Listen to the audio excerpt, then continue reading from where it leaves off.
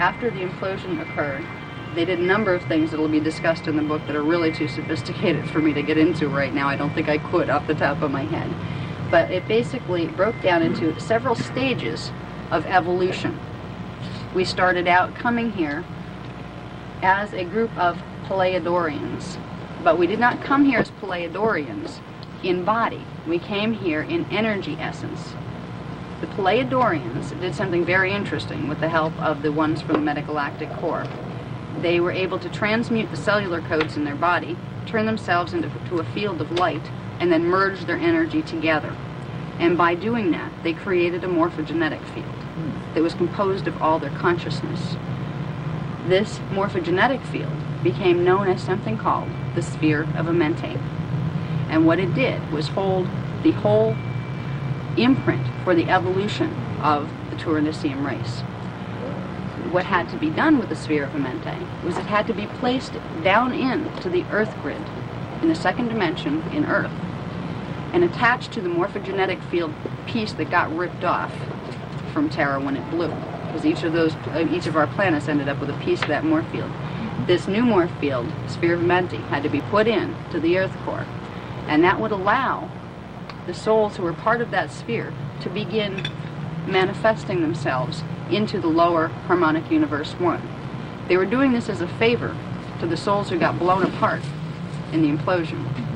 What they would do was they would literally grow them bodies that they could attach to, so they didn't have to be lost in the elemental kingdoms from now until Kingdom Come. So with the Pleiadorians forming the sphere of AMENTI and then beginning to birth themselves onto planet Earth, they allowed for the soul fragments of the others to accrete or pull in to their body pattern and evolve, and merge consciousness and evolve. They allowed them to re-evolve. So that was the plan. There were a number of stages to it, and it was a great plan if there wasn't a lot of things that happened in the meantime to hang up the plan where it had to be redone over and over and over again. Okay.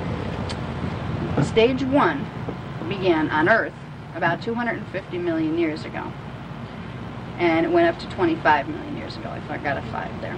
Okay. The first phase in this was 5 cloistered races were formed. All right, the morphogenetic field that was composed of the Pleiadorians broke into 5 pieces. And out of those 5 pieces, the energetic pattern, the imprint in energy, was formed for 5 different races that were like smaller parts of what the Pleiadorian Turanicium 1 imprint was. So they broke them down into 5 what they called cloistered races. The cloistered races carried among all of them together the whole 12-strand DNA package. So by evolving through each of those, souls could be pulled in and evolve into the cloistered races, and then ascend by assembling through a couple of incarnations. They could assemble their DNA package and return back to Terra. And this was the first step in the plan. And what's interesting was, because of the way that universal physics works, which I can't go into now because I probably couldn't explain it, they needed to be seated not on Earth first. They needed to be seated on Earth's anti-particle double. So the first stage of the race re-evolution plan were 5 cloistered races representing one of each of the different skin colors that became our skin colors here, were seated on parallel Earth. And they evolved there for a very long time. They evolved there between 250 million and 25 million years ago. That's a very long time to evolve. And they did well, and many souls ascended through them being there. The next stage in the plan started around 25 million years ago and took place between 25 and 20 million years ago. The first 2, what they call root races, were seated. And they were seated on the 7th dimensional version of our planet, which was Gaia. They were more etheric in nature. They didn't have physicality like we do. They were kind of like a ghost. If we looked at them, they would look like ghosts. But they were highly evolved, and they did something very special for us. Each one of the 2 first root races was responsible for bringing into the morphogenetic field 1/2 of the patterns, or the frequency patterns, for the first dimension, which was the first harmonic universe way down there.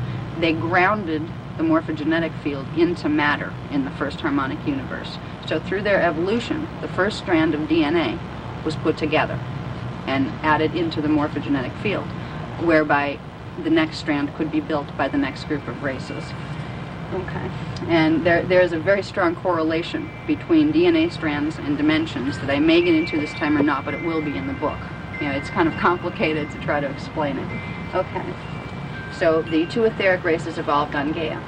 The next stage, stage 3, began about 25 million years ago, around the same time that this was. It was something called the Halls of AMENTI. And this was a very closely guarded secret for many, many years, especially in ancient Egyptian times, because they knew what it was. Okay? Along with the Halls of AMENTI, there was something called the Staff of AMENTI. Now, I'll try to explain what the Halls of AMENTI are. If we remember, we called the Sphere of AMENTI, that was the name we gave to the morphogenetic pattern that was set by the Pleiadians and put into the Earth core, which gave consciousness from the Pleiadians the ability to manifest through the Earth core and into manifestation on the Earth planet. Well, not only did the Sphere of AMENTI set the pattern for the races, it also created a connection between our planetary core in D2, second dimension, and the planetary core in Terra in D5.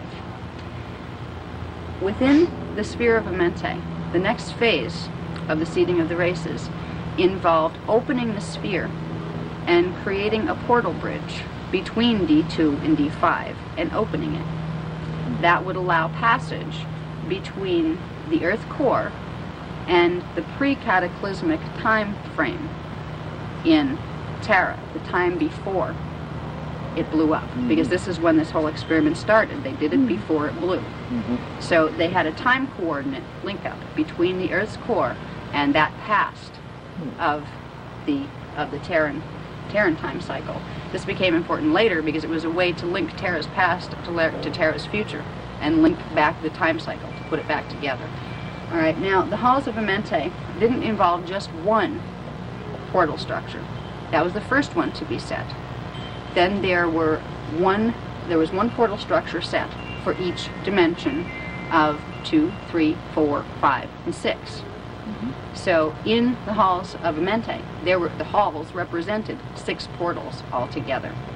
The 6 portals, one of the main one was the one that connected Earth core to pre-cataclysmic Terra. And the other 5 connected into each dimension, which meant, now dimensions work like time frames, okay? If you're in D2, that means you're in a specific space-time location within the time matrix.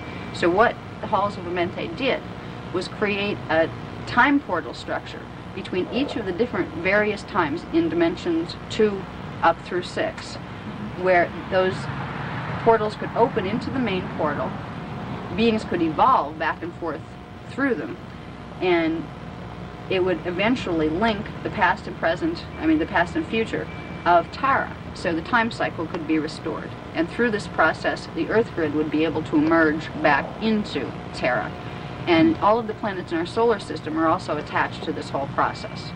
Okay, so the main thing with the Halls of AMENTI were they were the literal portals that beings needed to pass through. Once they got here, the souls here had to pass through the Halls of AMENTI to get out of here. If you were a person who wanted to ascend back to God, you had to go through the Halls of AMENTI. There was no other way to leave the first harmonic universe.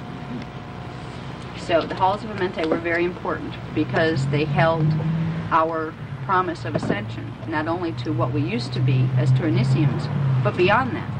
We couldn't evolve, if we couldn't evolve back to our original morph field, we couldn't evolve beyond it. So the Halls of AMENTI were set. Then there was something that was called the Staff of AMENTI that was created. The Staff of AMENTI was a portion of the whole morphogenetic field that was stored in Terra. Now, a planet stores its morph field in its core. Okay, Terra had what was remaining from its morph field in D5. Because of some of the pole reversals and very intense things that happened after the explosion there, Terra could no longer hold the energy field of its morph field inside of itself. It would have imploded. It had to be removed. And the Elohim and the much higher councils became involved in this. And they literally took a piece of Terra's morph field. They took the whole thing out, broke it into 12 pieces, and put one piece of each of that morph field into the morphogenetic fields at the cores of all of the planets, the 12 planets down here. So they linked the ones that blew up back into that one by putting the original Morph field back in to the smaller pieces. And eventually they would all evolve back up together into Terra, and meanwhile Terra draws energy from them, or it wouldn't be able to hold its form. Okay? So the staff of AMENTI is something that's called a blue flame. It represents the frequency patterns of our portion of Terra's morphogenetic field. It is our connection to the divine and to Terra, and each one of the planets here has been entrusted with one of these pieces, one of these flames.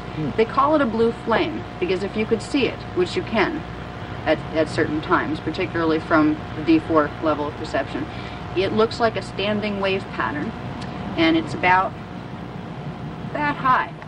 Very small little thing, but very powerful. It's D5 frequency, fifth dimensional frequencies, in just a wave pattern that slowly moves back and forth. If it's activated, sometimes it moves fast, but it's an extremely intense energy field. And that became known as the staff of AMENTI. It became known as the staff of AMENTI because at certain points, much, much later in the evolution of our cultures down here, certain of the Elohim and other groups taught the Egyptian cultures and a couple other ones how to literally bring energy out of that blue flame and put it in an object here to make a power object. And the energy of the blue flame was attached to something called the staff in Egypt. Okay, in the Bible it was referred to as the rod and the staff. Well, this was the staff out of the rod and the staff. The rod actually held the flame morphogenetic pattern from D2, Earth's part of it. So between the two of them, they made a very